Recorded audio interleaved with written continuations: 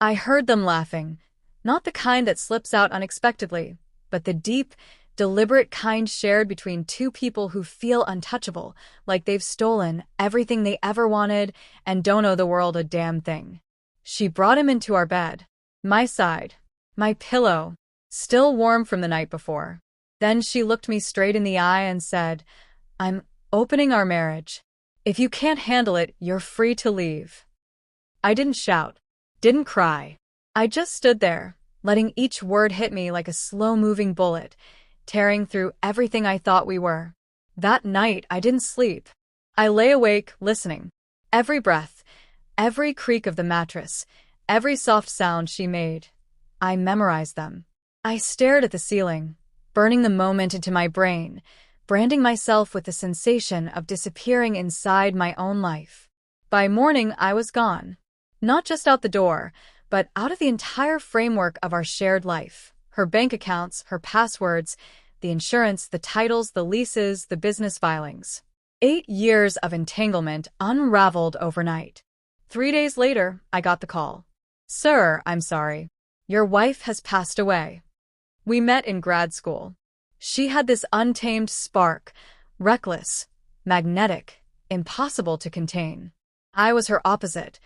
Quiet, meticulous, a man who didn't need volume to be dangerous. She said I was her anchor, the one who kept her from drifting too far. I built our world piece by piece, made her goals my own, picked up the weight, worked the long hours, cleared the debts. I even let her put her name on the business I founded, just so she could feel like it was hers too. I overlooked the late nights, the way her phone was always turned screen down, the half-truths delivered like punchlines, and the cold distance that followed days of unexplained moods. She once told me, "You're too stable, too predictable." I mistook it for praise. It wasn't. The warnings began subtly: missed dinners, a lipstick mark that didn't belong, spur-of-the-moment girls' trips that didn't invite questions. But the clearest sign? She stopped looking at me like I meant something. And still I gave more. I believed love was about endurance. She treated it like a transaction. So when she finally dropped her revelation, I didn't flinch. I just nodded and quietly packed, not clothes, but papers, transfer receipts, drives, files I'd been gathering ever since her deception started to outgrow our mortgage payments. She didn't notice that I took her laptop. She didn't see her name vanish from the company paperwork that night. She had no idea the assets she thought were still ours had already been sold off, redistributed. By morning, I was gone.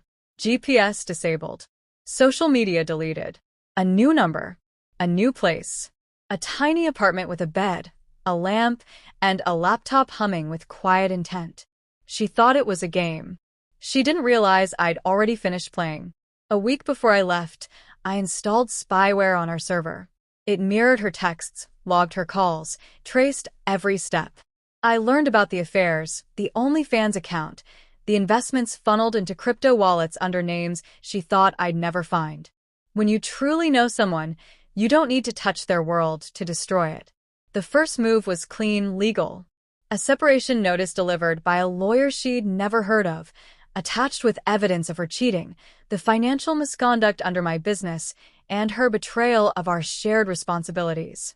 The second was financial, an anonymous report to the IRS about her hidden income and offshore transfers. The third, strategic, a video leak, one clip of her, tipsy and smug, boasting about how she manipulated me out of my own company. It didn't trend, but it found the right inboxes. Her accounts froze. Her name disappeared from the board. Friends stopped answering. Her online followers vanished. Even the man she invited into our bed walked away once reality bit back. I never wished for her death. Whether it was guilt, fate, or simply the weight of her own choices, she slipped. Pills and alcohol, they said. No sign of a struggle, no note. Just stillness.